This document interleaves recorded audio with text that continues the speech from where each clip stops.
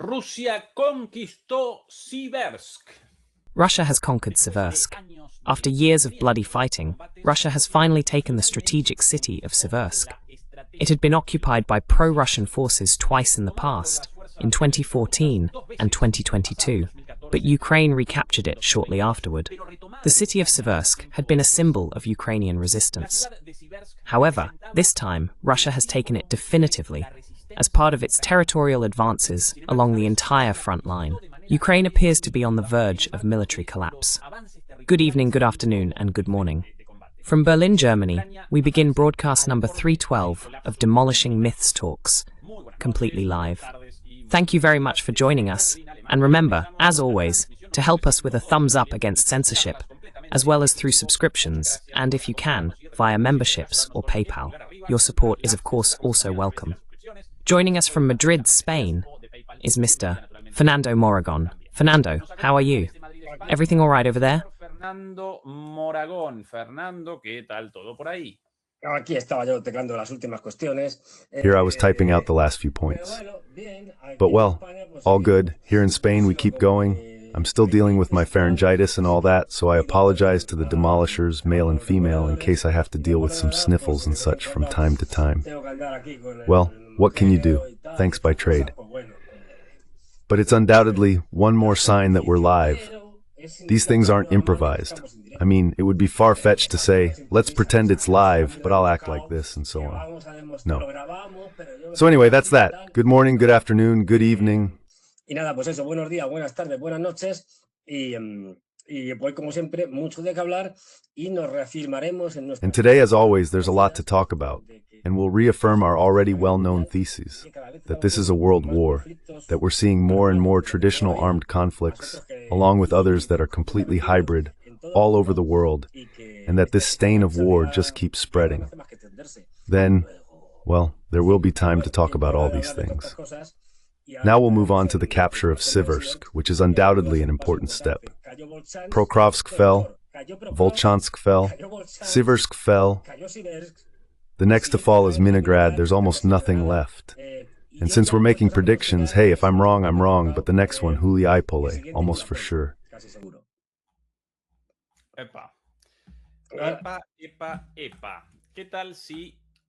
Hey.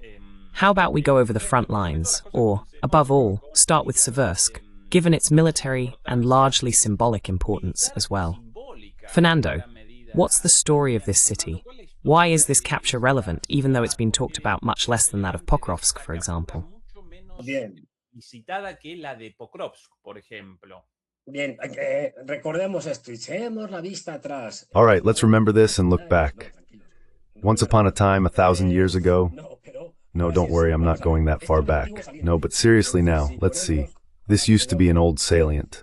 That is, if we put it, well, let's see, to make it a bit clearer.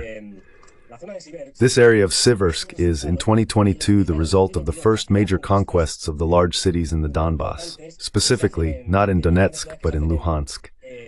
We don't really remember, but Severodonetsk and Lysychansk were those two major conquests in this whole sector that opened the way toward a town, because it is a town that has been one of the most hotly contested places, and one that took the Russians the most effort to finally capture completely.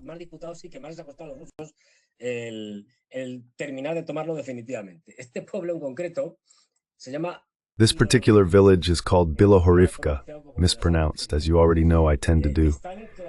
They were still in Luhansk. It's the last village in Luhansk, and then we move on to Donetsk in that area. Well, Bilohorivka is a village like that, more or less, but it has a series of special features, with mountains and forests to the north, with a large slate quarry that existed, well, and still exists, which served as a great defensive mound. And this, initially, when the Russians took Siversk and Lysychansk, they kept advancing and took Bilohorivka. Siguen avanzando y toman Bilohorivka. La toman, pero posteriormente they take it, but later, quite a few months afterward, Ukrainian counterattacks recapture it. And that's how things remain for practically a year and a half or more. That is, until once again the Russians, little by little, begin the assault on Bilohorivka, which also lasts for months. They take it, and after the fall of Bilohorivka, the advance towards Siversk intensifies and accelerates. That's when they finally managed to move forward, because when they first took Bilohorivka, they were able to push further toward Hrihorivka, and that's where they were. They entered Hrihorivka, but as for Spirne, that's as far as they got.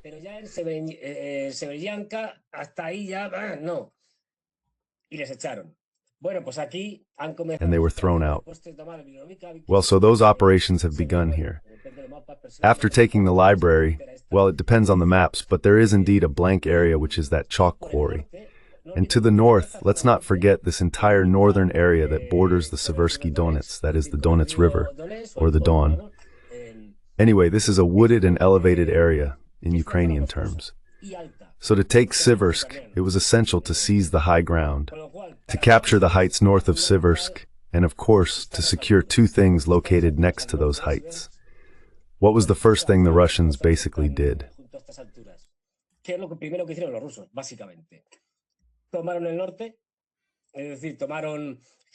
took the north, meaning they took Hrihorivka, then Bilohorivka, and then Serebryanka up to Donetsk.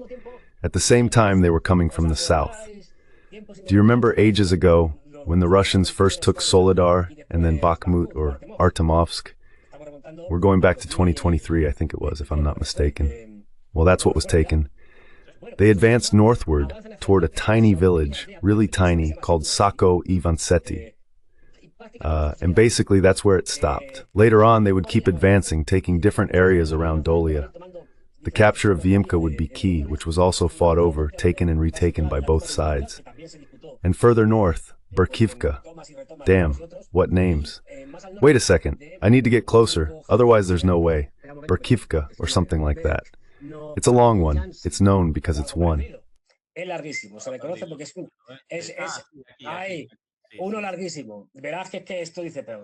There's a very long one.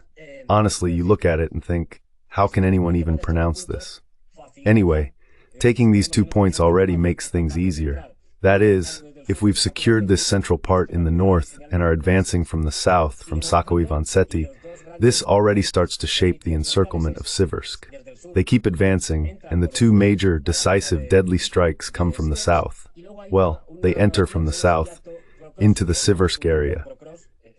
And then there's a town called Sviato-Pokrovske, not to be confused with Pokrovske, which is another one. This is a village that cuts off the road, which is crucial for Ukrainian logistics. And they cut it there in the south, but they also cut it not too long ago. Let's see, they cut it a bit further north. But anyway, they also cut it in the forests around the Donets River. By cutting this road, let's see if it shows me the road number here.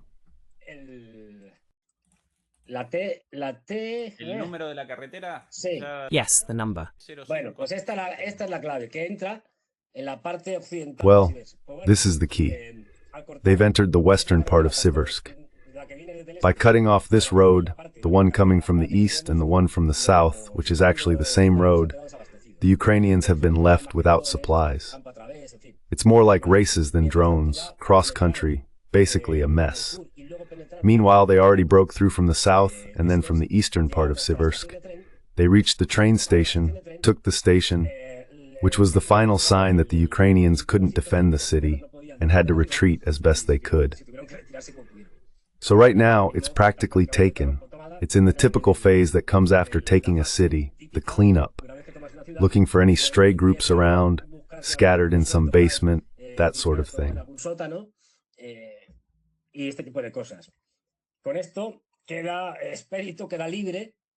With this, a path opens up toward the west, that is, toward the west. From here, what would the Russians face? This will take some time because, well, even though it's relatively close in terms of that kind of warfare, it's not that close. Towards Sloviansk, that is, if we keep moving west, there are a series of small towns. And what we find is, boom, Sloviansk. And from there, that road, the one you mentioned, which went north, reached Siversk. And then from the south, connected with an area. Let me tell you, I'm zooming in and out because otherwise I'd have to rely on memory. Well, that's cut off because it's linked to everything I mentioned about Sako Ivanseti, etc., and then with some secondary road that makes this no longer viable. que esto ya no servía, que no sea viable. Entonces, ahí lo que vamos a ver es un avance hacia So what we're going to see there is an advance of that front up to Rubiel, calmly, because it's not about being the first to reach Sloviansk, since other areas like Krasny Liman and so on need to be consolidated first, so that in the end they can reach the vicinity of Sloviansk from the north, east, and south. This is going to take a long time. And let's not forget, Sloviansk and Kramatorsk are right next to each other, and they're the two major cities still in Ukrainian hands in Donetsk. That will take time unless this entire sector completely collapses. It's been a heavily fought sector.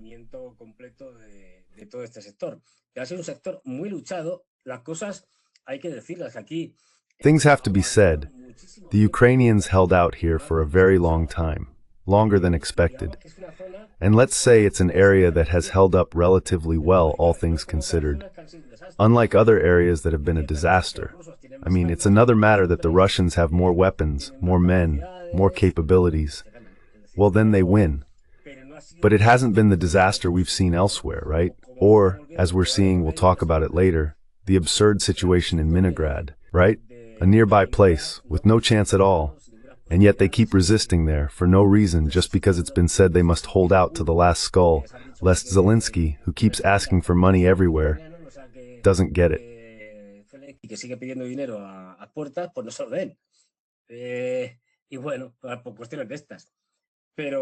Well, for those reasons. But it's key, really key, because they've taken a place that was extremely difficult, as I said, due to its geographic situation, all those high areas to the north surrounding it, and because it's also two things at once, meaning a very complicated place. And well, they've managed to do it, and now we're going to see major advances in other areas of the front. And we'll start seeing that, how different cities fall one after another, and how the Ukrainians, or rather the Ukrainian generals, without the slightest sense, launch counterattacks, because they can still carry out counterattacks, and they are doing so.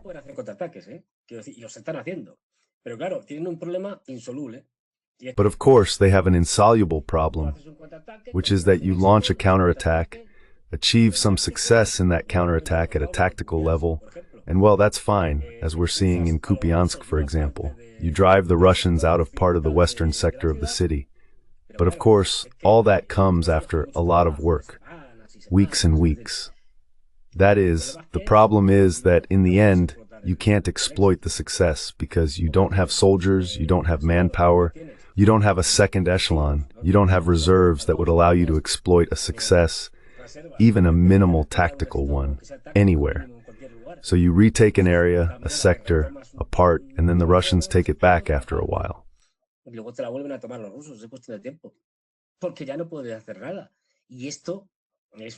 Because there's nothing you can do anymore. And this is a symptom, straight out of the textbook, of military agony, of an army that simply can't go on. That is, by inertia, and due to a series of factors, it can keep fighting, keep losing ground. But it's a bit like, with all due differences, 1943. In 1943, everyone knew that the German army, even though it was still deep inside the Soviet Union and all that, could no longer win that war, that it was going to be defeated, no matter what. You could argue, well, since it was a very powerful, very disciplined army, it might hold out longer or shorter. Maybe the war would end in 45 or 46, but there was nothing left to be done.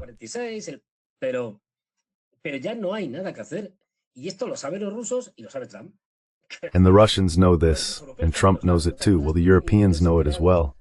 The thing is, they have vested interests that lead them to say we must support the Ukrainians to the last soldier, until not one is left.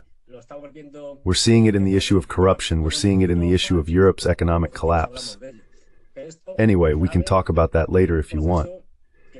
But this fits into a process that's going to accelerate. That is, as I said, it's inevitable. Ukraine's defeat. And it was always inevitable, because Russia is a nuclear power, and in the worst-case scenario would resort to tactical nuclear weapons if it found itself defeated, which was also quite a fanciful idea.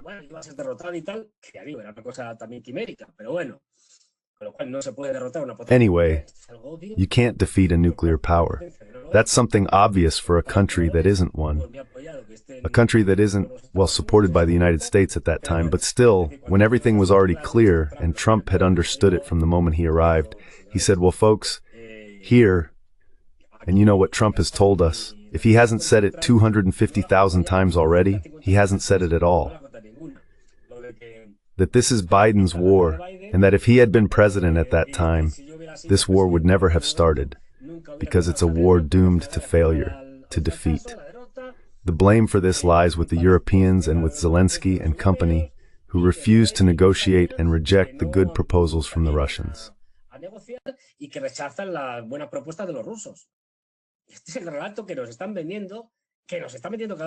This is the story they're selling us more and more, the one they'll keep selling us, and that Europeans right now are in a state of desperation because they don't know what to do.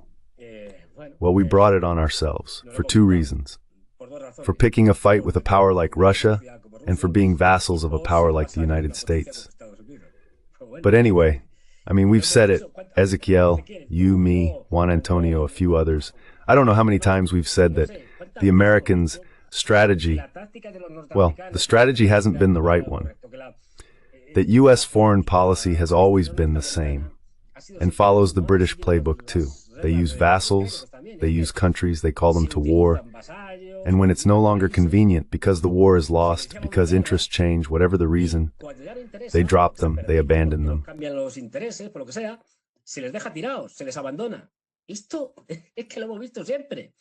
This is something we've always seen. Did anyone really think that a war the Americans couldn't win, with or without Biden, it doesn't matter, wasn't eventually going to leave the Europeans and Ukrainians hanging? Honestly, it was said, wasn't it? I mean, they're going to abandon them, just like they did with the South Vietnamese, and in many other cases too.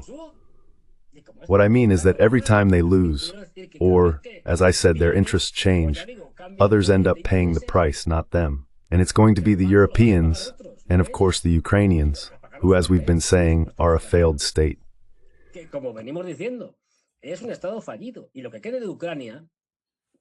And whatever is left of Ukraine, we still don't know what that will be.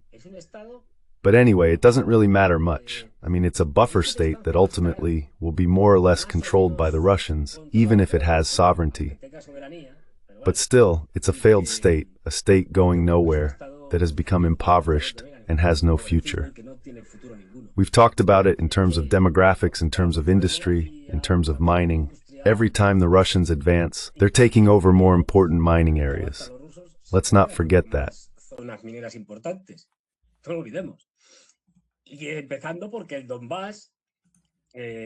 Starting with the fact that Donbass, and specifically Donetsk, in what used to be Ukraine, was the mining area par excellence. The mining region really, since forever. And they're going to lose that, but they've already lost many other things. So what we're going to see is that they'll stop at the Dnieper, and that means they'll also lose gas deposits. Everything. Almost everything. Most of the important minerals found in Donbass, in Ukraine, are on the right bank. That is, well, the eastern bank of the Dnieper. If you also take away Odessa and Mykolaiv, which are going to fall as well, then their country will become unviable. Sí. Fernando, la situación en el frente... Yes, Fernando, the situation on the front is crystal clear, obvious to everyone. In a moment, we can go over the rest of the Russian advances. However, the political situation is still not entirely clear, although a narrative is beginning to take shape. A configuration in which, on one side, the United States and Russia appear as the promoters of peace, and on the other, Ukraine and Europe as the promoters of war. This, regardless of the reality behind that narrative, behind that staging. Europe, without a doubt, bears great responsibility for the war. Ukraine, naturally as well, and the same goes for the United States. Lo mismo Estados Unidos. Estados Unidos patrocinó la guerra desde el principio. The United States sponsored the war from the beginning. However, now they appear as the promoters of peace, in line with Russia, and the new villain, instead of Russia being the villain. Not long ago, they portrayed Russia as the bad guy in the story. Now they're starting to portray Ukraine and Europe that way. The Americans are. Logically, the Russians go along with this narrative because it's a victory, naturally, against Ukraine and against Europe. So, let's go over the statements of each of these leaders in this regard, gradually building this mortar, this arrangement of things, this movie with good guys and bad guys aligned differently than in the past. For example, here's a very pro-Ukrainian outlet, Political, an American outlet, but bought by the Germans some time ago. Medio estadounidense, pero comprado por los alemanes hace algún tiempo, la frustración de Trump con Ucrania. Trump's frustration with Ukraine and Europe is overflowing. The president is clearly eager to move past the war, but a peace deal remains difficult to achieve. For now, Ukraine, backed by Europe, is rejecting the peace agreement. Here even, another report from the same outlet, even harsher. We'll present this translated shortly. Trump harshly criticizes European leaders in a wide-ranging interview. I think they're weak. In an interview with Politico, the president offered no assurances to America's allies regarding Russia and promised to reshape his policy. And here, for example, are some excerpts from that interview, already translated. Entrevista a disposición ya traducidos. Atención a las palabras de Trump de todo esto. Pay attention to the words behind all of this. Well, there can be no question about it. It's Russia. It's a much bigger country. It's a war that should have never happened. Well, interesting. Bien, interesante. Russia is going to, it's already talking about it. He's already telling us what he's going to say, what topic he's going to talk about. No, it's just that, oh, well, I'll tell you now. Otro pedacito y después el análisis. Do you think? Yeah. Another little piece, and then I think it's time. I think it's an important time to hold an election. You know, Bien, por un lado, Rusia. Well, on one hand, Russia is going to determine the negotiation, according to Trump's words. And on the other hand, I want elections. A direct hit, straight at Zelensky's image.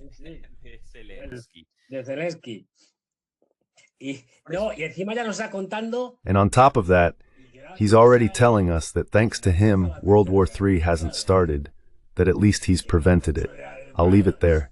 This is going to be another one of those things, another medal that our friend Trump is going to pin on himself.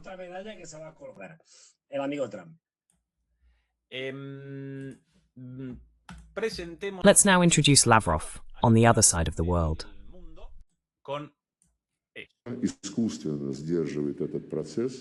it's a process that is being artificially halted, trying to put the Ukrainian leaders, the members of their regime, at risk so that they keep fighting until the last Ukrainian.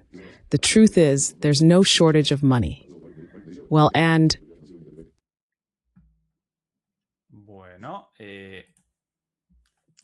It's clear. The same one, right? The same one, all heading in the same direction. Sorry, is Europe the bad guy?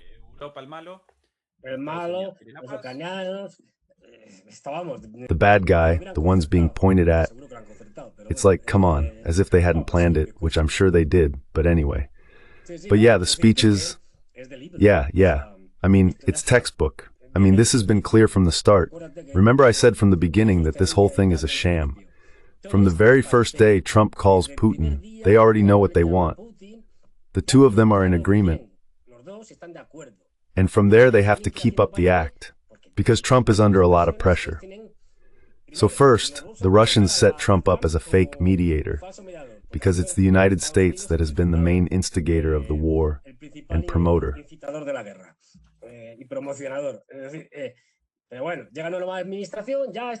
Anyway, the new administration comes in, and this is now a matter for the previous one.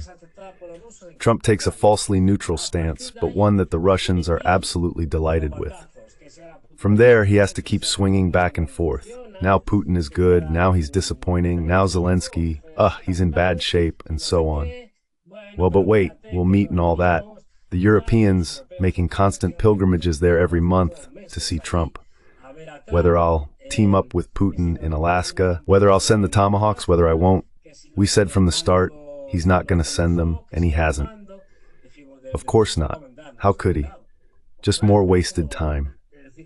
And that's how it's been, I don't know, 9 months or something like that. tirado, pues yo qué sé, 9 meses o una cosa así. O más, es decir, sí, no, 10 meses. Or 10 or more. I mean, yes, no, 10 months, because he came in January, on January 20th, so almost a year. In other words, just dragging things out, giving the Russians time to keep pounding the Ukrainians, because the more they pound the Ukrainians, the easier it is for Trump, especially domestically, which is what matters to him. That is, with the Democrats and the non-Trumpist Republicans opposed to ending the war and wanting to keep it going. The warmongers, like Lindsey Graham, well, he has to fight against them. So, of course, the more success the Russians have, the easier it is for Trump to say, no, this is already lost.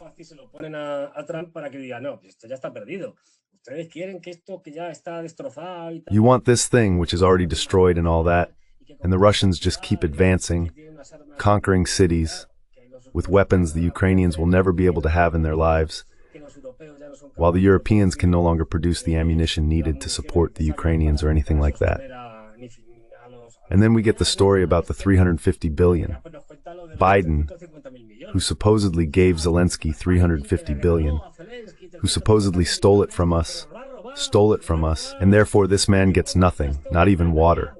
In other words, we're not going to give him anything anymore. Well, clearly the narrative, the script, is clear and aims to blame and turn the Europeans and Ukrainians into the villains of the story, the ones who will take the hits, especially the Ukrainians, and secondly, the Europeans. That's why they're scared to death.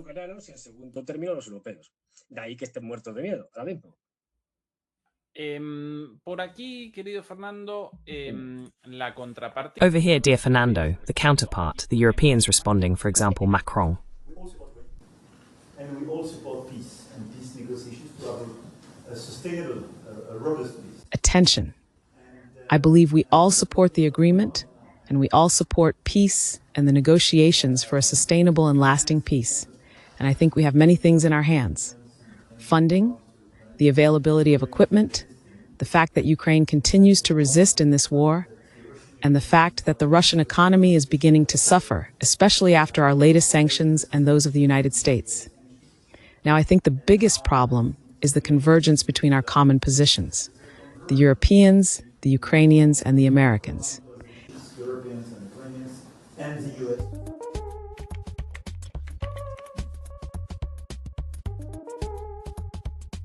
Let's see. This one takes the cake. These images are unbelievable. It's the first time I've ever seen someone, in this case, attend their own funeral, because the look on his face was priceless. I mean, come on. He started crying, saying they're gonna kill me, but really, his face said it all. I mean, his face said everything. It says, look, just by seeing this man's face, we know Ukraine is defeated. That's all you need, because, well, I'm absolutely sure they're gonna take him out too. It doesn't have to be right away. When I say take him out, I mean eliminate him from the earth, you know, send him to a better place. It's just a matter of time. But even if they send him away, even if he goes to Israel, and we already know that since he has a Jewish passport, he'd be protected like his whole family that's there and all that, it doesn't matter. This guy isn't going to die of old age, I'm telling you. They're going to take him out.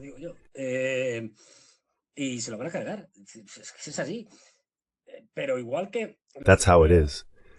But, just like the Europeans, they're going to keep going until the end.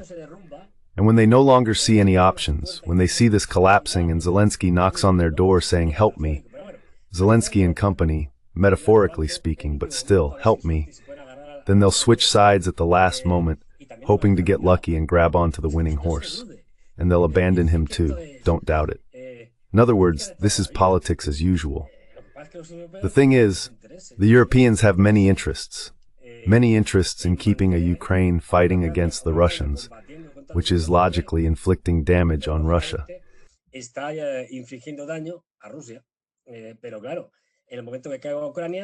But of course, the moment Ukraine falls, that's it for Ukraine.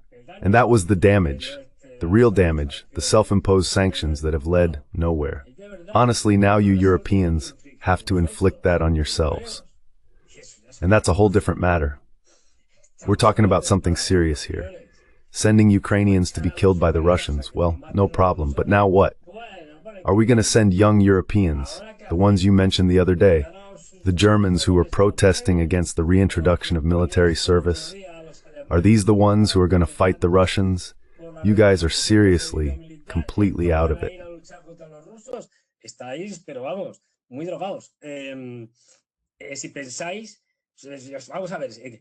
If you think about it, let's see, if the concept of homeland or nation for young Europeans, including Spaniards, is already an abstraction impossible to grasp, just imagine how they could defend or confront another distant country.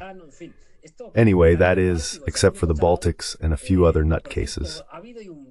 By the way, there was a Baltic, I don't know if it was Lithuania, one of those, doesn't matter since they're all interchangeable, who was going to declare martial law or a state of emergency, one of those crazy things. But well, aside from that bunch, well, they just don't have the capabilities. They'll have to swallow it. What will happen? They'll try to reverse it, tell us a story, change the narrative on the fly.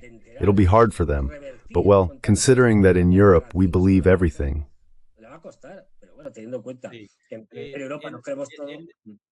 In defense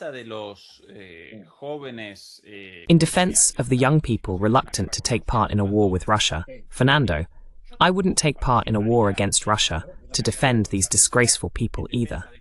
But not because I reject love for or defense of the homeland, but because these guys, these leaders, don't represent the homeland. Do the young people's views reflect reality, or, in your opinion, not so much? No. I mean, does it reflect reality? Yes. Obviously, they realize there's a war in Ukraine, that they couldn't care less about the war in Ukraine, and that they're not willing to get involved in anything. In other words, let others go.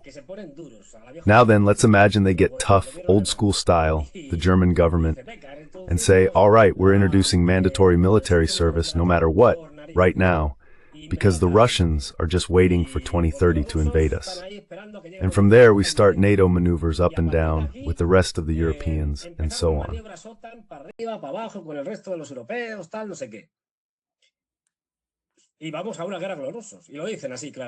And we're going to war with the Russians. And they say it just like that, clearly. It's only a matter of time we're going to war with the Russians. I'm giving an extreme example, but, well, just to make it very clear, these same young Europeans who are now protesting are going to hold a protest. There have been many like that. A protest against what's going on. Well, one that could even get you a few hits from the cops. But are they really willing to confront their own police forces, knowing that could cause deaths among the protesters? Not a chance. Not a chance. With how well, look, see my little belly. I was young once, you know.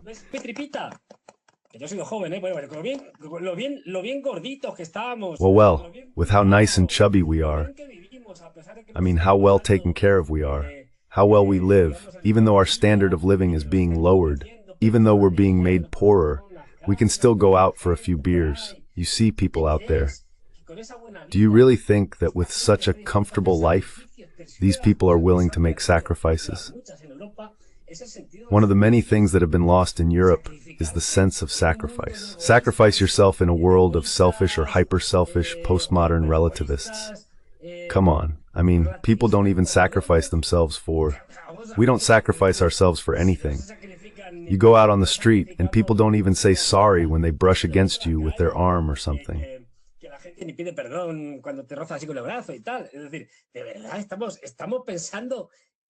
I mean, are we really thinking that Europeans are in any position to do something? And that European youth, in whatever country, would be willing to rise up against their own country, against their own government? That would mean attacking those countries' institutions, facing the police in a real shootout. Never. Not a chance, not a chance. They weren't even like that when I was young, let alone now. No. They protest, but as soon as the shooting starts, and still, France holds out the longest. I mean, because they're more used to getting shot at and to someone dying in a protest, since French police, the gendarmerie, and so on, fire rubber bullets at head level.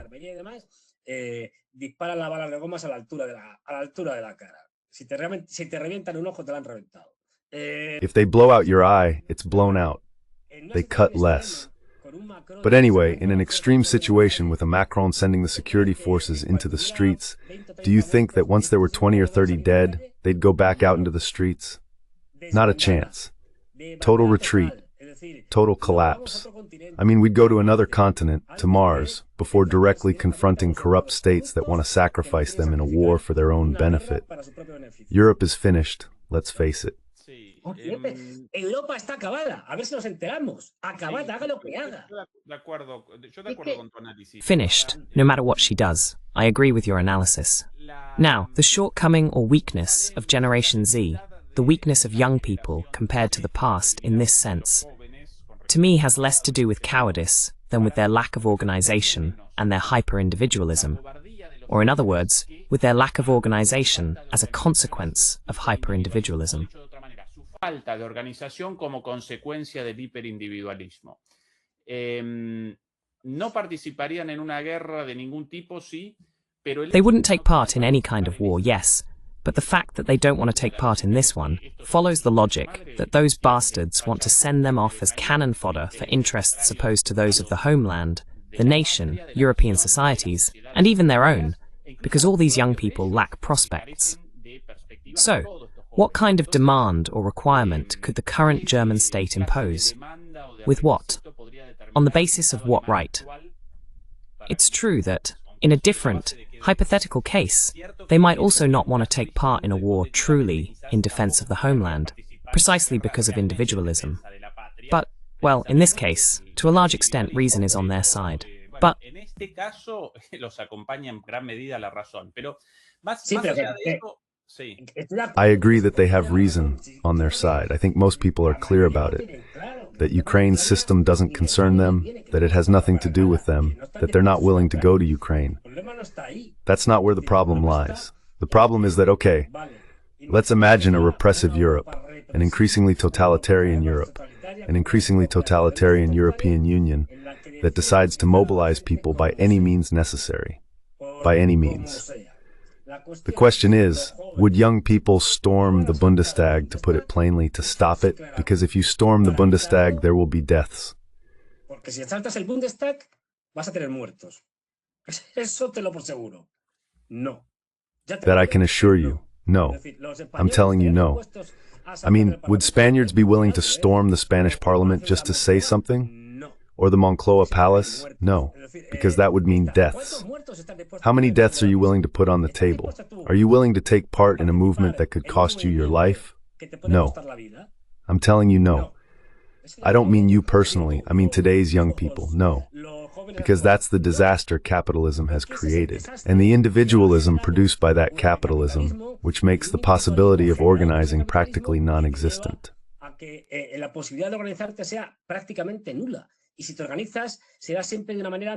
And if you get organized, it will always be in a small, peaceful way. Because on top of that, they've had this cult of non-violence drilled into their heads, which is nonsense as big as a cathedral. Because the cult of non-violence, sure, but when it's the state or whoever exercising violence, then it's fine because they supposedly have the legitimacy to do whatever they want. Well, no. I mean, I'm anti-pacifist. I always say it, that's just how it is. But pacifism never achieves anything. Like the myth of Gandhi, right? As if Gandhi were the one who achieved India's independence. For God's sake, they're even reactionary. But anyway, that's another story.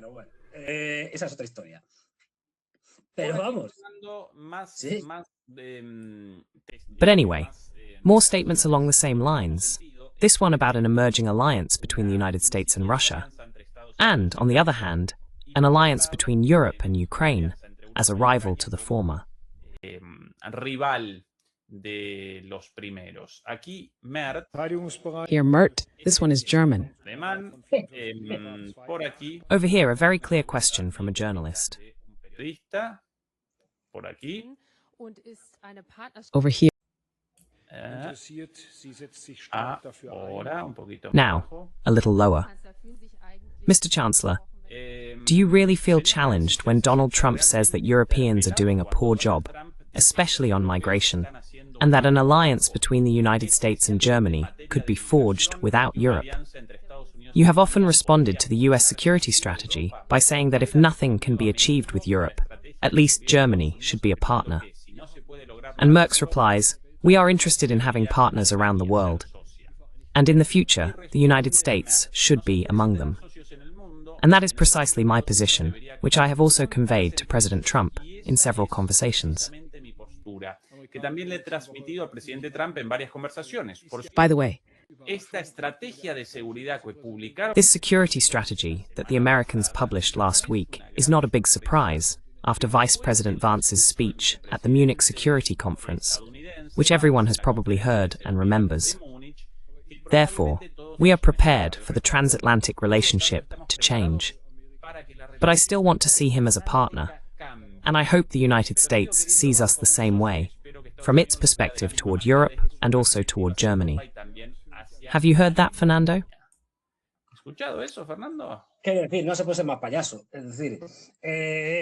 What can I say? You couldn't be more of a clown. I mean, come on. You say, this man, no, this plan is really nice and all. We expected this and that. He's sending us to hell, not to use a stronger word. He's clearly going to use us like an old dirty rag. But no, we really value the alliance and all that. And well, we already saw J.D. Vance, mind you, that Munich conference happened right when he arrived. Yes, early in the year, I don't remember exactly. Yes, Trump arrived, and one of the first things they did, even before the famous scene, the Trump show with J.D. Burns and Zelensky in the White House there, with all the spectacle they put on, it was even before that. So it's like saying, Mr. Mers, are you an idiot? What's culo in Spanish?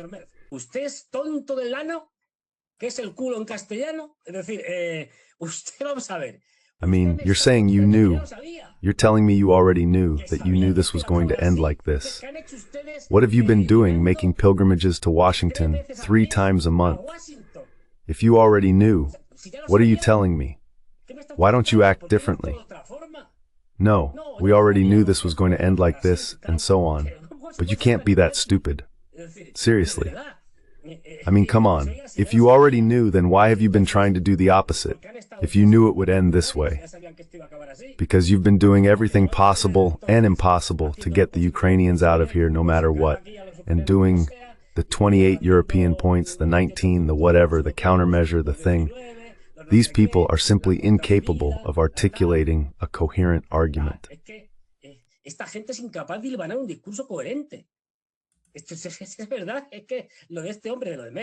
It's true. I mean, what's going on with this guy, with Mers, Macron, and company is just ridiculous. I mean, really, get yourselves new advisors. Hire someone who can at least write you a decent script. It's just delusional. I mean, well, they're cornered. They don't know what to say or do. And here we are. I mean, we're all heading for disaster thanks to these wonderful and amazing leaders we have, who don't even know where they are or what they're doing. And on top of that, they try to justify it. Well, this isn't even a justification, it's just pathetic. I mean, it's pathetic. Well, fine then.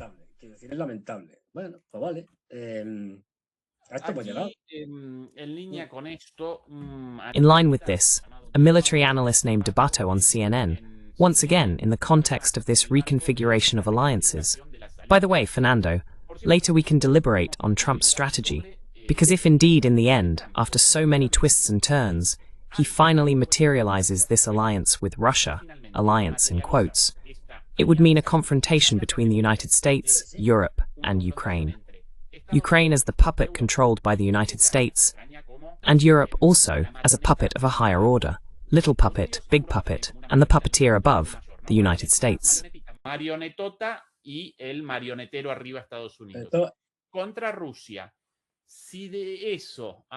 Against Russia.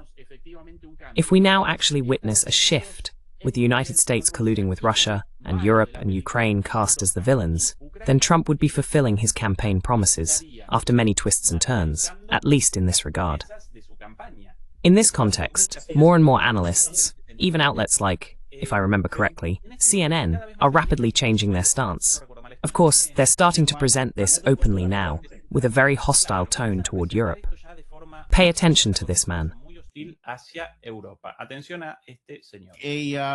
A slap in the face or, being drenched with cold water, punched in the gut. cachetada en... A slap, a smack in the face, a bucket of cold water, a knife to the gut. Whatever phrase you want to use, what's happening right now is something Europe absolutely did not want to hear. I don't know what else the leaders of NATO and the EU need to hear from the... No sé qué más necesitan oír de Trump los líderes de la I don't know what else the leaders of the European Union need to hear from Trump. That this is not the America that they grew up with. It's not the... hasta que se den cuenta, no sé qué más necesitan los líderes de la Unión. Until they realize it. I don't know what else the leaders of the European Union need to hear to understand that this is not the United States they grew up with. That came about after World War II and helped. Estos no son los Estados Unidos que se consolidaron después de la Segunda. These are not the United States that took shape after World War II. The Trump administration only looks for what they could make out of this financial.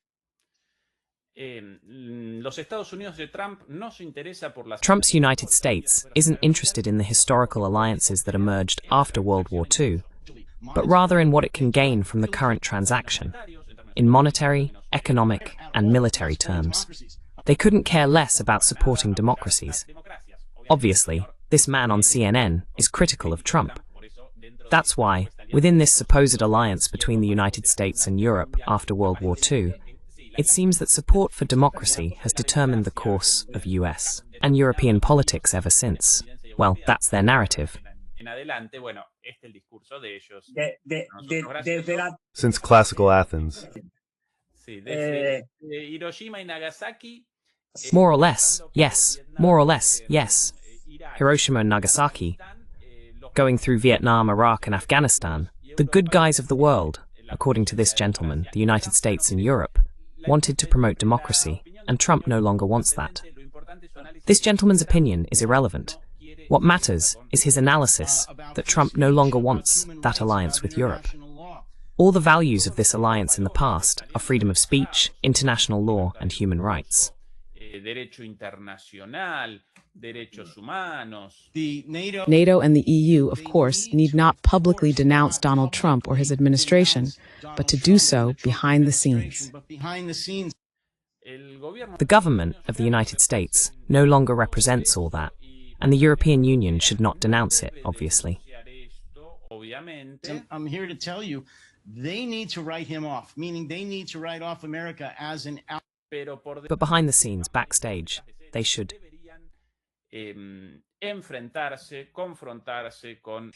confronting Trump, the Europeans. Immediately to defend themselves. And if they haven't done so yet, Europeans should start right now making plans to defend themselves, to build their own defense and their own economies.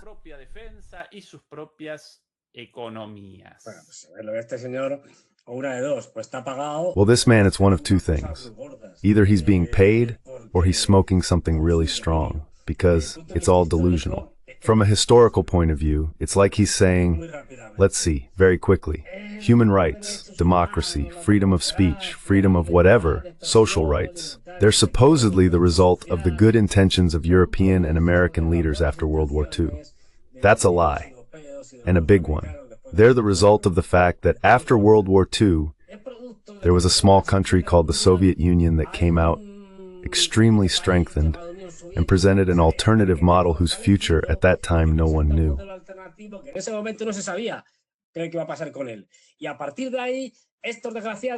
And from there, these bastards find themselves forced in Europe and in a few other places, not in the rest of the world, to create a welfare state, a state of well-being, and so on. Why? Because otherwise people would switch to the other side. In other words, you can't have people working 14 hours a day while telling them, yes, democracy and all that. So fine, we reduce working hours, we grant social rights, and so on, because there was an alternative model. That alternative model went to hell, the Soviet Union in 1991, and from then on it's been open bar. We've seen it, open bar, meaning there's no longer any counterbalance.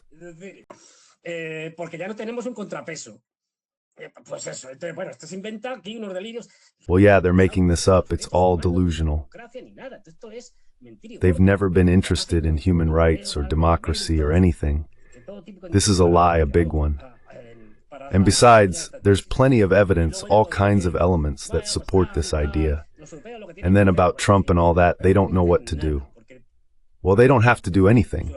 Because look, the Europeans, even though they're upset now because their little setup is coming to an end, basically, as we were saying the other day about the directive of this new national security strategy, it says it clearly, you're already irrelevant, you don't matter anymore.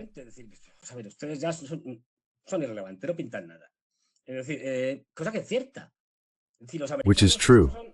These Americans are, to put it mildly, terribly pragmatic or terribly selfish.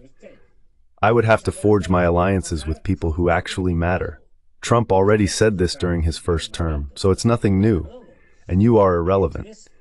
But since you've been our vassals since World War II and do what we want, because you haven't had sovereignty since then, we're going to sacrifice you. And you, on top of that, are going to applaud the sacrifice. And we're not just going to sacrifice you over Ukraine. Now see, we've changed our position, and now here are the Russians, here we are, and we're crushing each other.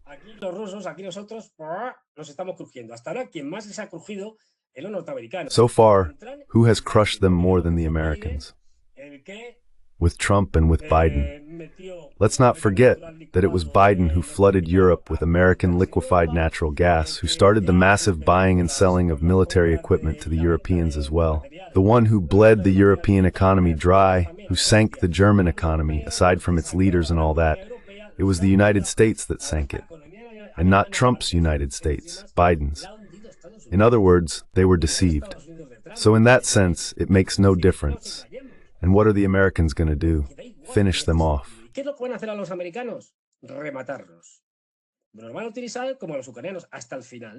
going to use them like the Ukrainians until the end, until we're no longer capable of anything, and then they'll throw them into the trash bin of history.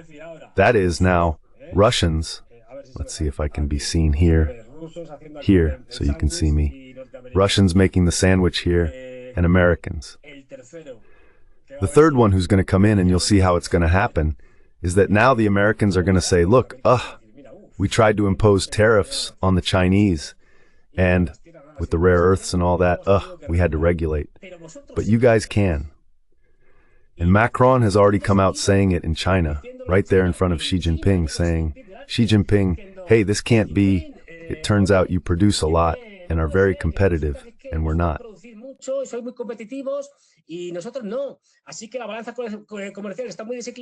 the trade balance is very unbalanced, so it needs to be balanced, and if not, we're going to impose tariffs. He just threw that out there as if he were the king of the world. And the Chinese have said, well, this guy already took that train, he's from the same gang as Zelensky and must be using the same stuff. Because, well, make no mistake, they're going to use us as economic proxies against the Chinese. And if not, just wait and see. Then we'll have something fantastic. We'll be getting hit by the Americans, the Russians, and the Chinese. This is, well, fantastic, a great future for Europe. Couldn't be better. And that's how it is, because these people have no sovereignty. Let's not forget that.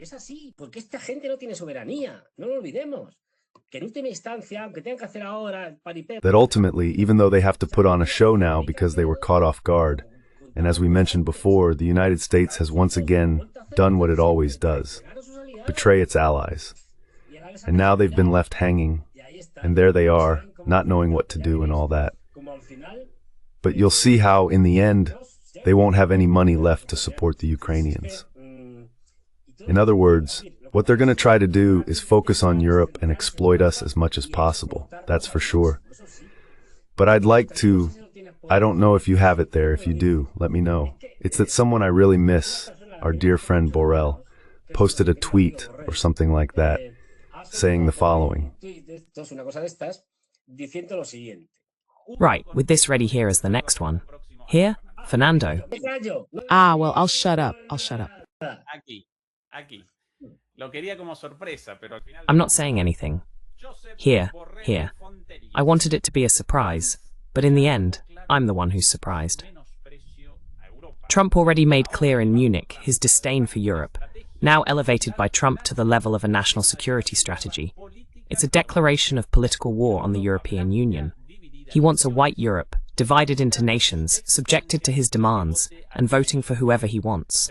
Second part, European leaders must stop denying that Trump is our adversary, hiding behind fearful and complacent silence, and instead firmly assert the sovereignty of the European Union, technological, in security and defense, and political. Kettle.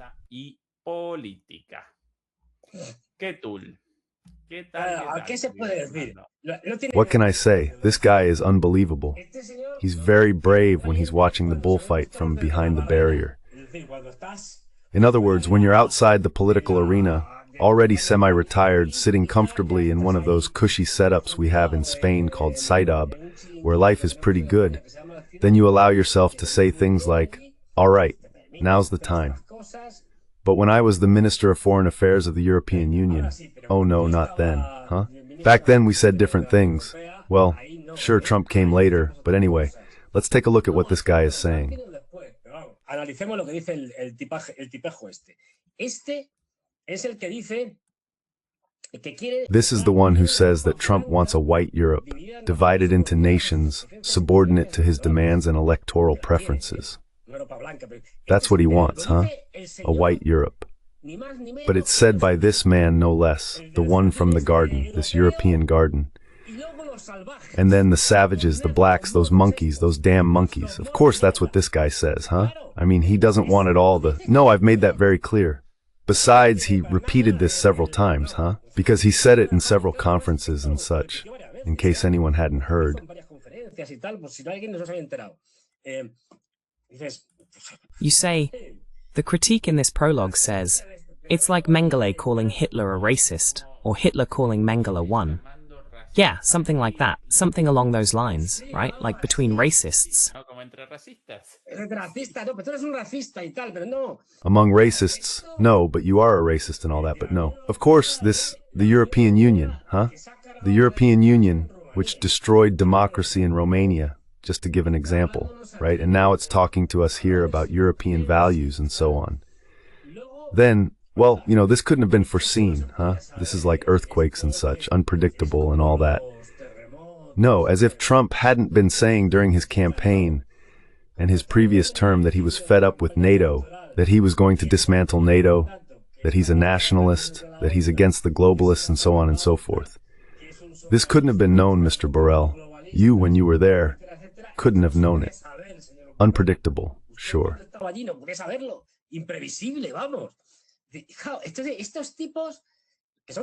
These guys are disgusting. I mean, because they have absolute nerve. And then they go and add, well, like in every good movie, we already know this is going to hell. But you can't say that. There has to be room for hope. So then comes a song to the sun, a toast to the sun with no foundation whatsoever, which is going to sign something. Because they say European leaders must stop pretending that Trump is not our adversary, he is our enemy. Also, when they make some kind of political declaration of war, well then you'll have to make a political declaration of war against him. I don't see the difference, you know, between a political declaration of war and a military one. Let Mr. Borrell explain to me the difference between a political declaration of war and a military one. Because every military declaration of war is political by definition, and vice versa. But anyway.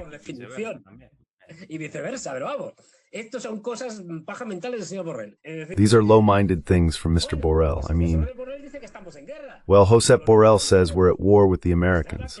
Fine then, let them act accordingly. What are they waiting for? To send European warships to the Atlantic coast? I don't know what they're waiting for. These are delusions because, of course, since he sees everything burning, he wants to save himself from the fire. And now he comes out, like with that shameful so-called defense of the Palestinians. After the fact. That is, when I'm no longer the EU's foreign minister, I don't care anymore. I can defend whoever I want. Meaning, when I'm a private citizen, well, relatively speaking, but still him, Borrell. But look, they even say a political declaration of war on the European Union. Well, fine.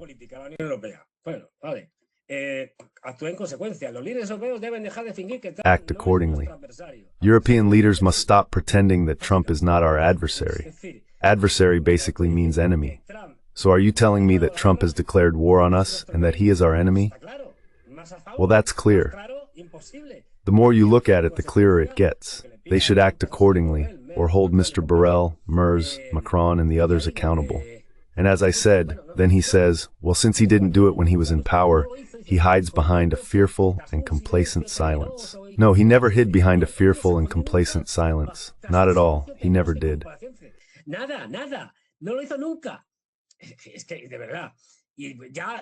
Seriously, and now he goes and says that we need to reaffirm our sovereignty and all that. And that, the song of hope for this emptiness of the European Union in technology, security, and defense and politics. In other words, it's finally being acknowledged that we didn't have it before. If we have to reaffirm our sovereignty, why didn't we have it? Because if we were sovereign, there would be nothing to reaffirm or affirm. So he's admitting that up until now we haven't been sovereign since World War II. This guy really puts his foot in it, big time. Another pathetic type. Well, you might say, but come on.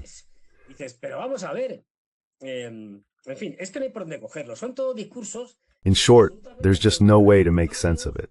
They're all completely contradictory speeches, and you think, well then, act accordingly, within the internal contradiction of Borrell's own discourse.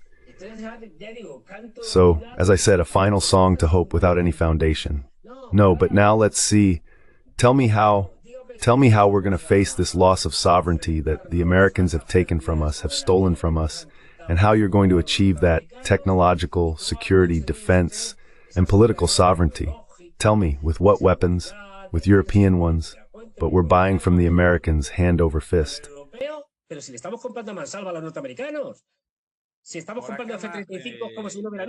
We're buying F-35s as if there were no fight. From our friend Fernando, attention. Trump's plan to end the war in Ukraine shows the failure of the appeasement policy followed by the European Union. Giving in to his demands on military spending, tariffs and digital deregulation, taxes on multinationals and energy supply has served no purpose.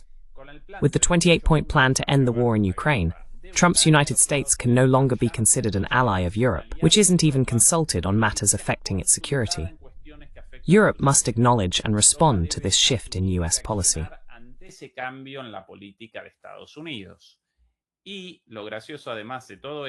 And the funny thing, on top of all this, is that in the post right below, as an example of his stance, he appears outraged at the evil Americans who are abandoning democratic alliances in defense of human rights since World War II. Next post. Congratulations, Maria Corina Machado, on the well-deserved 2025 Nobel Peace Prize for your efforts toward a peaceful and democratic solution to the conflict in Venezuela. I hope this recognition contributes to dialogue and the full restoration of democracy and freedoms. A fine example of what he conceptualizes as democracy, right? Because indeed, Maria Corina Machado wants the return of democracy to Venezuela through American bombs.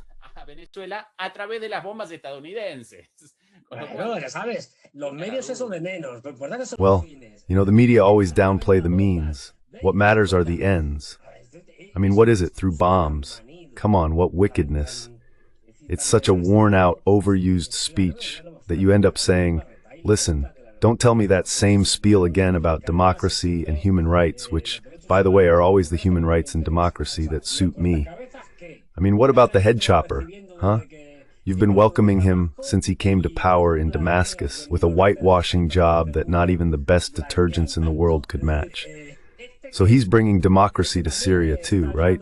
Just look at him, that head chopper.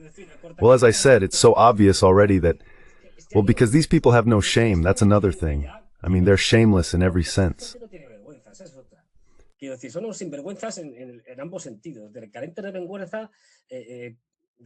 Lacking shame from a moral point of view, and lacking shame because what they care about is stealing, and everything else doesn't matter to them, even if they say outrageous things. It's just that they... Let's see. But what are you telling me? I mean, as I said, after saying all that, then they go, congratulations, Maria Corina Machado, and so on, whatever, when in reality, they're doing the exact opposite. The situation in Palestine has already been seen. Democracy, the human rights of Palestinians, so important to European leaders, who have done absolutely nothing. Zero. Nothing. They've done nothing. Well, let's be fair, I'm wrong. They have done something. Support Israel, that yes. But when it comes to the Palestinians, nothing. How many sanctions have they imposed on Israel? 100? No. 20? Neither. 10? 1? 0? Yes. And they ignore it, moreover, with complete shamelessness, because it doesn't matter anymore. None of it matters anymore. Reconociendo, además, con toda desfachatez, porque da igual, ya esto da igual todo. No, si están matando a muchos, esto es una masacre y tal, pero ¿qué se va a hacer? No, they're killing a lot of people, this is a massacre and all that, but what can you do? Well, that's life, and these things happen, and well, honestly, it's just insane. I mean, these people have completely lost all sense of decency, and nothing matters anymore, as long as they can keep leeching off the system, because they're all corrupt. I mean, really, there's practically no one who hasn't been part of the European network.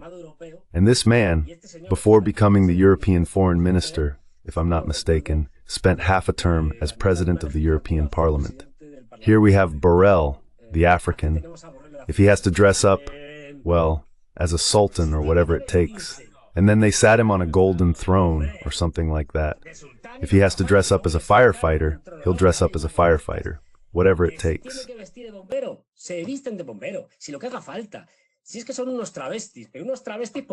a bunch of transvestites, but political transvestites. I mean, they don't care about anything. One day they're saying, I don't know, Marxism if necessary, and the next day fascism, whatever. They just don't care. They're opportunists and crooks. So of course, with this kind of political class, where are we going to end up? Nowhere. I mean, well, here we are. And here we see Borrell, the African, with the Tuaregs, with the, I don't know who they were. I don't even remember anymore. It was in Niger. I think it was Niger, if I recall correctly, before the coup in Niger when the French ran off in a hurry. Well, there he was, and as I said, all cheerful. And I'm sure at that moment the thought crossed his mind.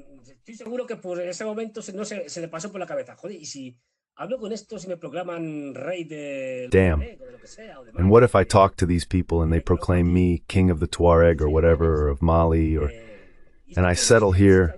Well, then you get it. They'll do anything. So, as I said, they're political prostitutes. So, well, faced with this is the reality. The sad thing, the truly sad thing, is that there's still a huge, vast majority of Europeans who believe that corruption, that politicians looking out for themselves, isn't the rule but the exception. No, it's the rule. But come on. It's so obvious. No matter which country you pick, it's all a mess. So of course, as long as there's no real opposition, I mean real opposition from European populations, and I don't see that happening, at least not to the point where they can put an end to these anti-democratic regimes.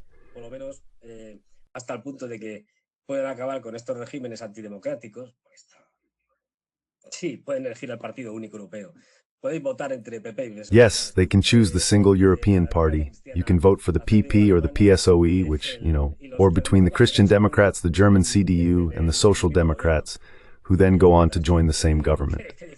So tell me, what differences are there when they end up forming a grand coalition? Since that doesn't even count sometimes. Here he is, of course, Dr. Enrique Causa from the University of who knows where, and with a PhD in shamelessness. As I said, this guy was, if I remember correctly, president of the European Parliament for half a term or something like that. In other words, he's a high-level Eurocrat who's been living off this for a good part of his life.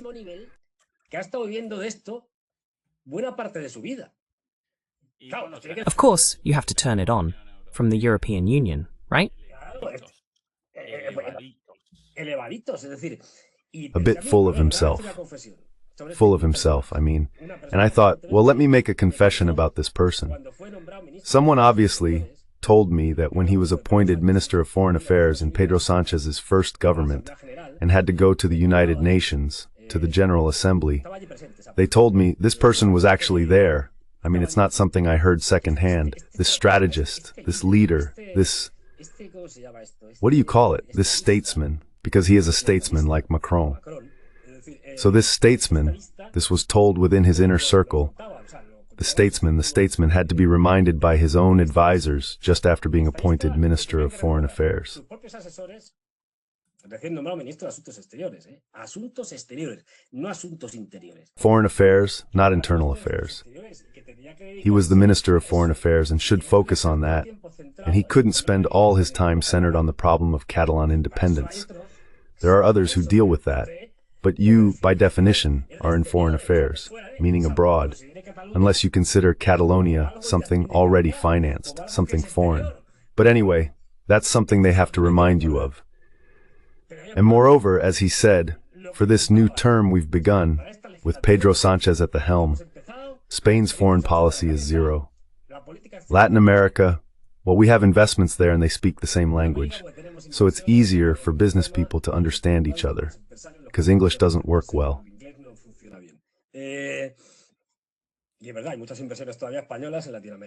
And it's true, there are still many Spanish investments in Latin America. Then Africa, Morocco, and that's it. The rest, to hell with it. It doesn't matter. What's going on in Africa? It's a continent nobody cares about. In Europe, yes, of course, in Europe, damn, we feed off this. I mean, yes, the European Union, of course, NATO and all that, the United States, the Empire, and that's it. That's as far as we've come. And then Asia. Asia? Who cares about Asia? China, Japan, Korea, that's nothing. This was the foreign policy that Mr. Borrell proposed, focused inward, not outward, the statesman. So we abandon Africa except for Morocco, as we already know.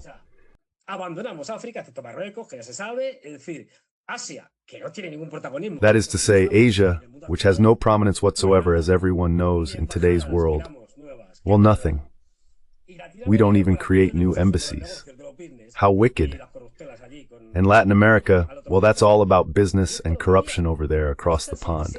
And that's what there was. This is the foreign policy design of these statesmen. But come on, imagine Macron, who's about to lose Benin.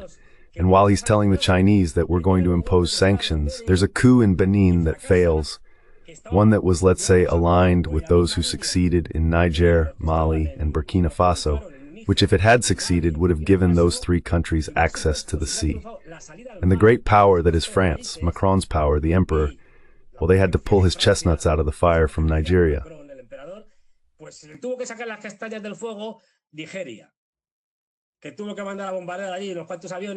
He had to send a few planes and a few soldiers to bomb there, because otherwise the president, who's pro-French, wouldn't have made it. I mean, the Nigerians had to pull Macron's chestnuts out of the fire. It's just that, look, I'm telling you, they live in a parallel reality. It's a mix of living in a parallel reality and having no scruples. I don't care. I'll say whatever it takes, even if I say I was abducted by Martians, taken on a flying saucer, and shown around the whole galaxy. What difference does it make? If it brings me personal profit, economic, political, whatever, I'll say whatever it takes.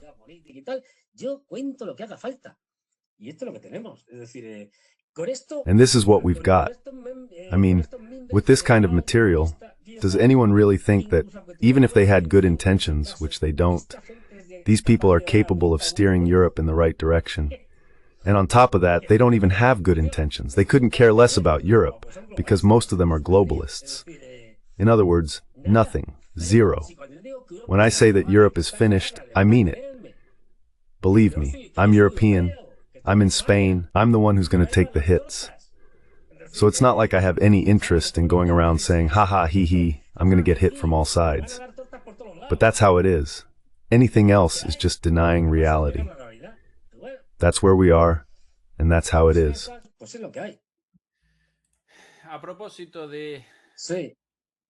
Speaking of what's going on, speaking of the current situation, the situation in Europe, pay attention to this news from today, from San Fernando. Are you ready for this? A slightly yellowed newspaper. Vlad, the one of chaos. They call Putin Vlad, yes, the diminutive of Vladimir. Vladimir. Of course, referring to the Count. What is the name of Count Dracula? Dracula, Vlad the Impaler, Count Dracula, let's say, just so we understand each other. Count Dracula, in the story, in Transylvania, in the region of Transylvania, in an area of Romania, right? Yes, an area of fighting against the Turks. Battles were fought there against the Ottomans. ahí en referencia a Drácula, Vlad del Caos. There, in reference to Dracula, Vlad of Chaos. Russia plans to bomb flights to the United States, set shopping centers on fire, and poison Europe's water supply while ramping up its terrorist campaign. NATO officials have warned that we might be forced to fire the first shot, what a coincidence, as Putin's shadow war intensifies. Russia had planned to blow up planes bound for the United States as part of its growing sabotage campaign against the West, according to security sources. Oh well, a map too, with all the bombs, plane destruction, cyber attacks, assassinations of leaders, and water poisoning. Mamucha, what madness, please. Del agua, mamucha, qué delirio, por favor. A ver, teniendo en cuenta que en España salió ya periódicos. Well, considering that in Spain, newspapers have already come out with this issue of swine fever, saying that the Russians brought it, what can you expect? I mean, yes, of course, this is great because they spread these absurd claims. Then there's contamination in aquifers or water wells and such, or in facilities. And of course, due to the Europeans' own incompetence, they say no, it was the Russians. So from now on, all the disasters that Europeans themselves are causing will have been the Russians' fault. And that's it, problem solved.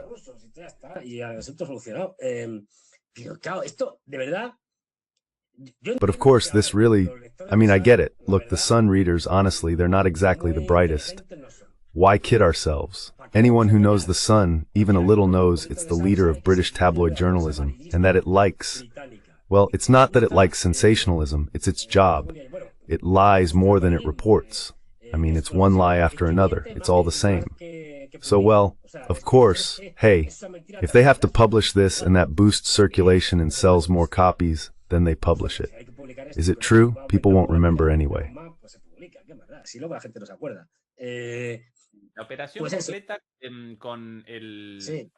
The whole operation, with the headline drop, this entire madness about water poisoning, the shopping malls set on fire, and then the NATO officials warning that we might be forced to fire the first shot. Wrapping up the media campaign, on one side, the damned Russians, and that as justification for us Europeans basically starting a war. There you have it, in 2 sentences. Brilliant. No, it's that there's someone who's counting on the UN's aggression. It's a continuous generation of information, or of that kind of information that makes it so, well, someone says something outrageous and no one remembers that the Sun, today or yesterday, reported this. So, well, tomorrow they'll report something else, and that's it. But that's a real atrocity, a distortion of reality. Here the Guardian also plays a role, and over here the police have quite a big part in it.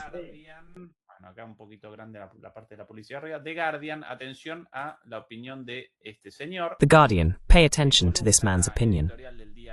Today's editorial column. Opinion Russia. Putin should have accepted Trump's deal. Now the collapse of the Russian economy could lead to his downfall. The war against Ukraine has hit Russian citizens hard, and the worsening situation is likely to increase tensions. Well, yes, obviously Russia is losing the war, Fernando. We were wrong here. Rusia perdiendo la guerra, Fernando. Nosotros acá equivocados. Completely wrong. Tomorrow we have to do a special program apologizing for these tremendous mistakes we've made.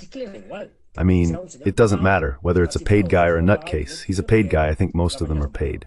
But anyway, why do they say this? Well, he has to say it, fine. I mean, but it's hard to go more against reality. Russia is losing the war and will regret the great offer Trump made to it. It's a very strange way for Russia to lose the war. But anyway, it's losing the war by conquering more territory, destroying the enemy army, and then it will surrender, of course.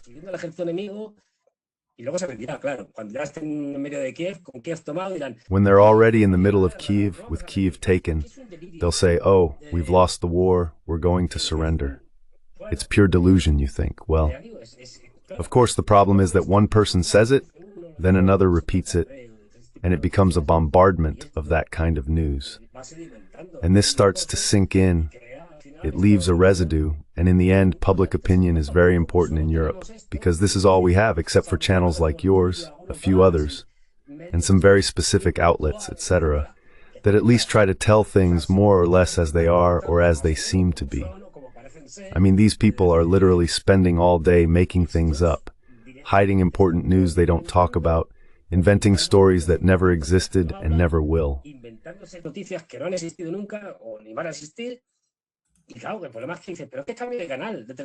And of course, the problem is that they say, I'll change the TV channel. No, they're all the same. I'll buy another newspaper.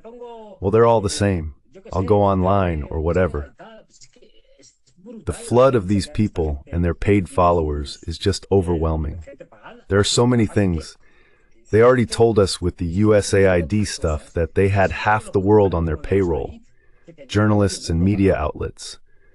So how can we still believe what these people say?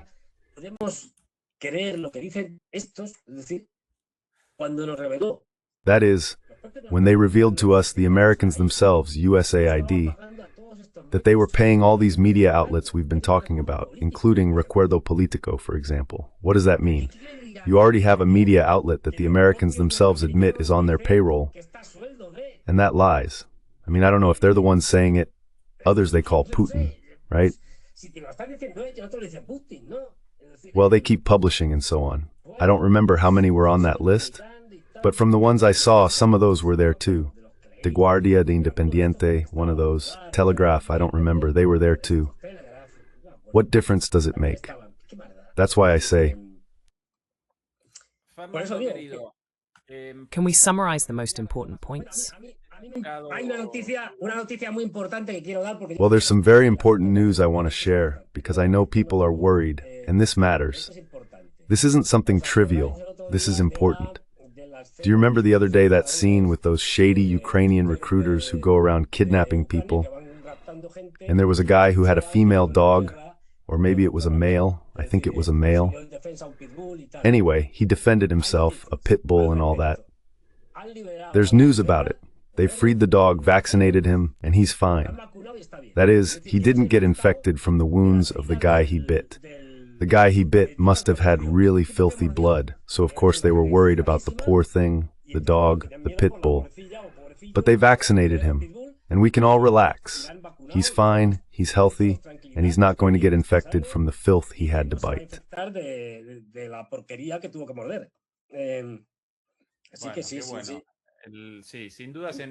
So yes. Without a doubt, in all that skirmish, the noblest of all the beings involved, without question, is the dog. Yes. Over here, Fernando on the battlefield. Well, you've already seen what happened with Siversk. What can we do? A quick look at Volchansk, already completely taken.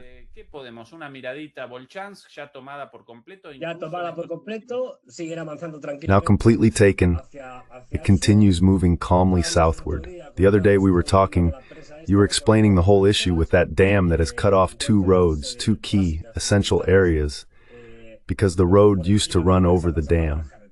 In other words, it's this dam we see here, elongated, this dam right there, exactly, and we've hit it both above and below, so it's been cut off in both directions. And well, it takes time to repair it. In the end, this kind of thing is always the same. You bomb it, they repair it, you bomb it again, until eventually they give up trying to fix it.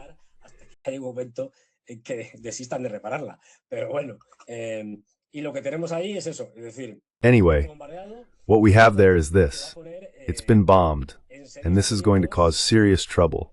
Not right now, but look, if you notice, with this dam, the advance from Volchansk to link that front with the one, let's say from Dvorchansky, the one that forms an L on the border, well, right now the logistics have been cut off. Both the roads that went through here and the ones that went through. Look, you can clearly see the one just below the dam. There it is. So it's a major logistical problem. Let's see how they supply this whole area, including Kupiansk. That is, well, what we were saying earlier about Kupiansk, there have been successful Ukrainian counterattacks, but the problem is that they can't be exploited.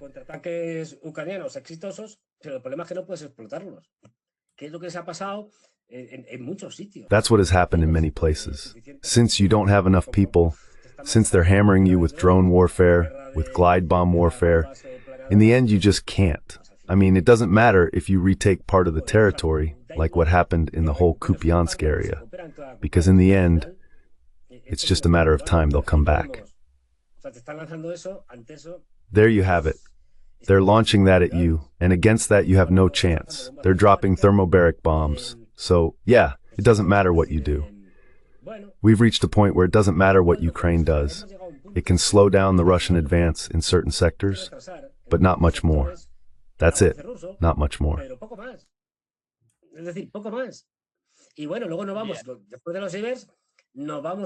Well, then we move on. After the Evers, we go here to... Well, let's see. Right next to Evers, a bit further up, there's Krasny Liman.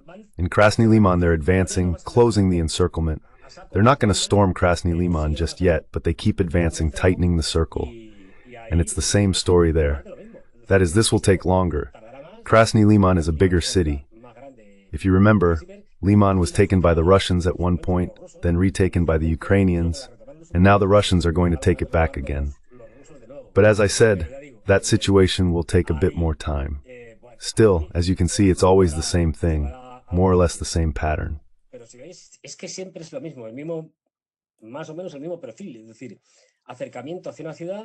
That is an approach toward a city, circling it, surrounding it from the south, the east, the north.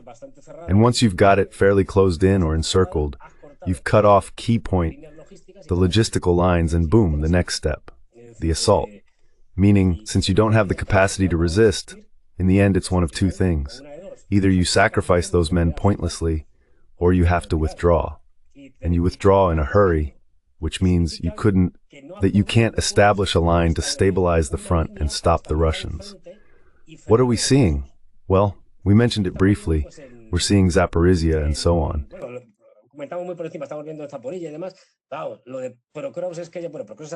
Of course, the thing about Pokrovsk is that Pokrovsk has been taken, and as for Minigrad, well, there's nothing left. You can see it on the map.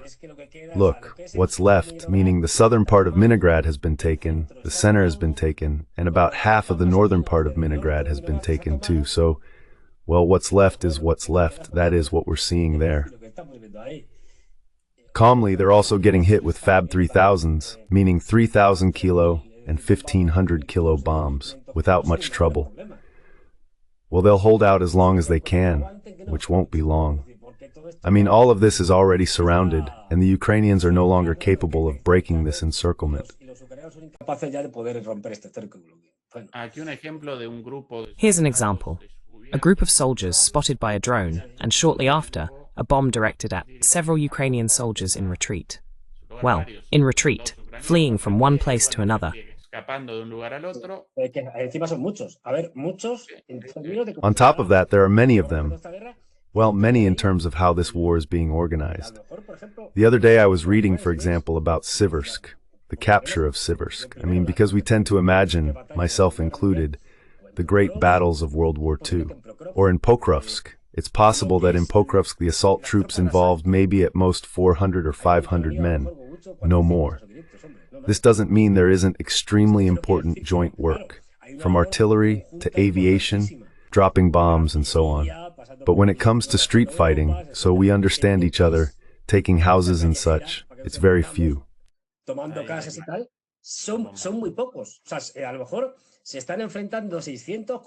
mean, maybe it's 600 against 300. I'm saying this because the whole concept of war has completely changed. I mean, what we're seeing is that that's how these assaults happen. That's why I said there were many of them. And there we would be. We've seen them running, of course. No. And what's more, what they do is infiltrate in pairs, go into a basement, and stay there. Another two infiltrate, go into another basement, and then coordinated, at a certain moment, each one advances on their side and so on. That's how it all goes. I mean, let's not think of this as the taking of Berlin. No way. No way. It doesn't work like that anymore.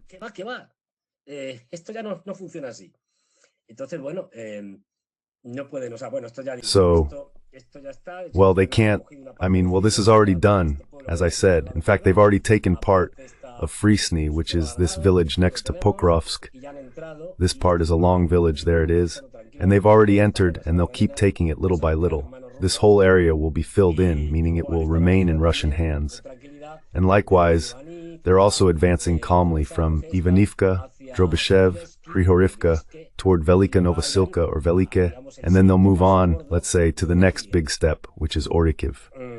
That's going to be more or less otherwise in the shooting, as I might say. Then we have a fierce, truly fierce, tremendous, brutal fight in Novomikhailivka, where both sides are taking and retaking positions.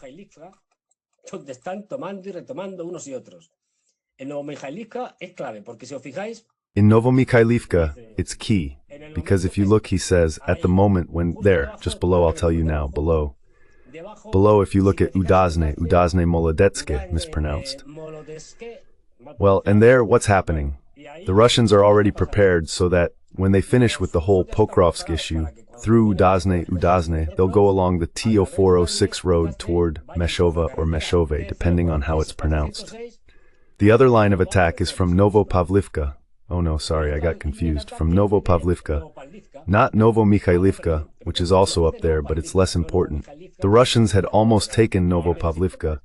The Ukrainians have counterattacked.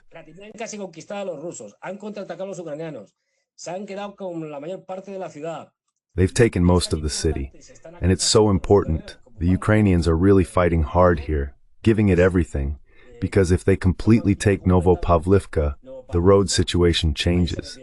That is, it's the other road that leads to Meshova. Then they'll come in from the south and the east. What a situation! In other words, that's the next place they're going after, which is why the Ukrainians are putting everything on the line. There's nothing else left.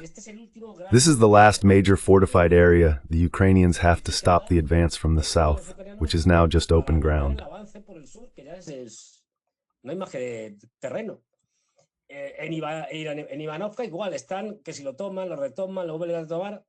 In Ivanivka, it's the same story. They take it, retake it, take it again.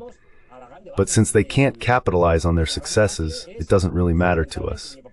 And then we get to the Great Collapse. The Great Collapse is basically the advance in which the road connecting Huliaipol with Pokrovska has been completely cut off. Pokrovske will be next, but well, Huliaipol will probably fall first. But they've also crossed not only that road, but the river. Let me see, here it is, the Jahur or something like that, or Jahur or something similar. Yes, in some places they've crossed it too. This means they're not even taking into account natural obstacles, as important as a river usually is. And these are decent rivers, generally speaking. They're not like some others. They have flow and all that. So the advance is basically that there's nothing left.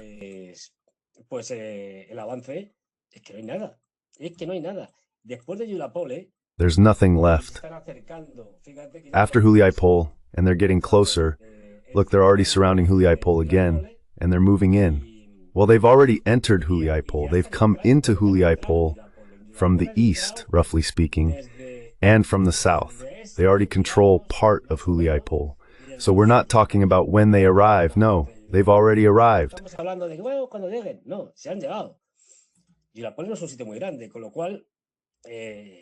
Huliaipol isn't a very big place, so it's going to fall before too long because, as I said, from that point on, it'll be an absolute disaster. The Russians are already putting pressure on, seeing that Huliaipol doesn't have much time left. They're pressing from the southern part of the front, and there are some tough, really tough battles there. That's the other major Zaporizhia defensive line for the Ukrainians. But they're also stepping up their advances and attacks in the Stepano-Shirke area, which they've practically taken. They've expanded that whole zone, making sure the Ukrainians can't reach Stepov again. The Russians have held it for a while, but it's changed hands several times, and they keep advancing. The next Ukrainian defensive area there is, broadly speaking, around Makarivka. That whole area is the next fortified zone, but we can see, it's very clear on the map, that the Russians are mainly pushing in, and this is the big disaster. From the east toward Huliaipol, from the south Alejo, and up along the Dnipro, boom, boom, boom. They're moving up. As soon as they break in from the south of Huliaipol, that is, if they keep advancing, you can see the fortification lines are south of Huliaipol.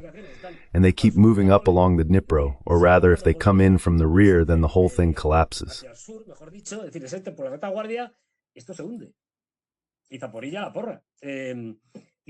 Zaporizhia, the truncheon. And the debacle, with all the consequences it brings, because of course this kind of military defeat has military, political, social consequences and so on. And this is inevitable. It's inevitable.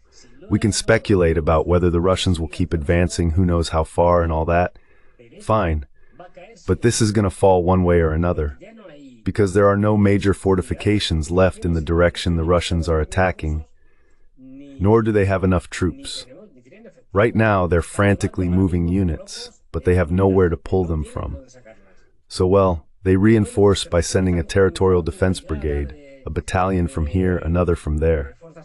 But the problem remains. And well, on top of that, the military leaders like Siversk and company are thinking about other things.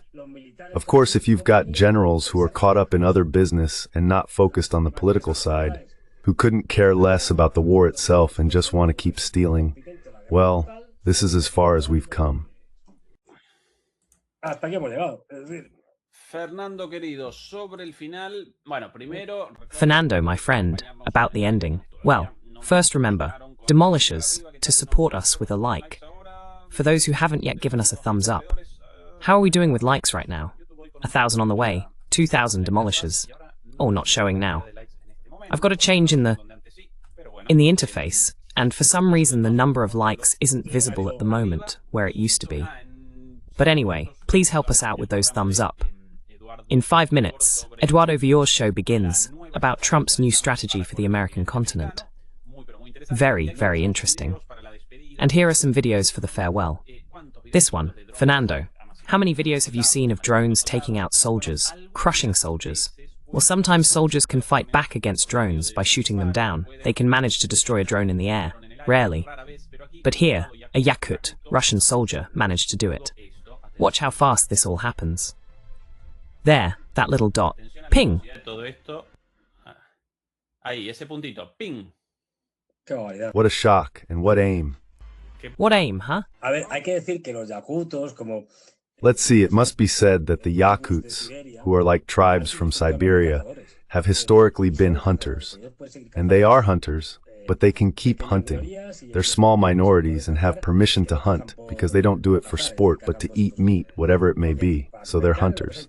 Then, from a young age, they basically receive a kind of pre-military training in marksmanship, use of firearms, and so on. But it's impressive. It must be said that all troops, for a long time now in Russia, all soldiers are trained to avoid drones, to shoot them down, and so on. I mean, just like you do that famous obstacle course and all that, where you have to climb, like I've seen in movies, right? The wall, then you drop to the ground and so on. Well, the same thing, but with drones.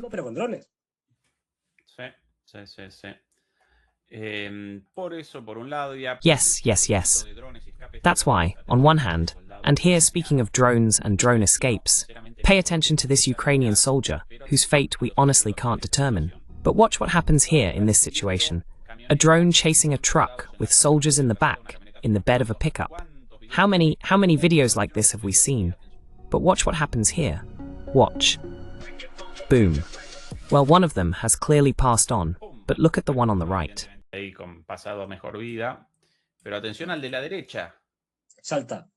jumps.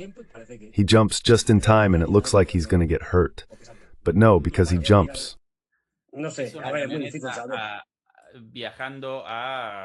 I don't know. Possibly traveling at maximum speed under those conditions, on a muddy dirt road. Around 100 kilometers per hour, maybe a bit less. Jumping from a vehicle going 100 kilometers per hour, 80 kilometers per hour. It's a coin toss. Between certain death and that, for sure. Better a coin toss than certain death. But well, that's the situation when facing drones. The real war, not what our politicians and all that tell us. They should all go there and spend a week, right on the front line, of course.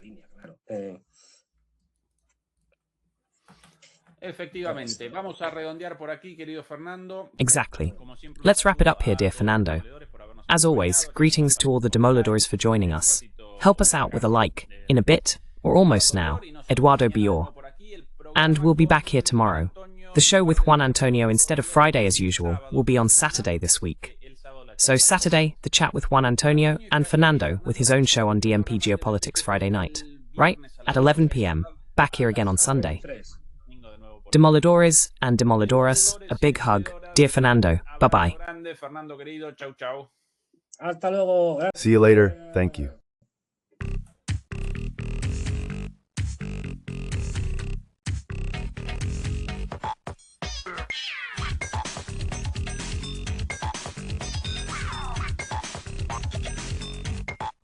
Gracias.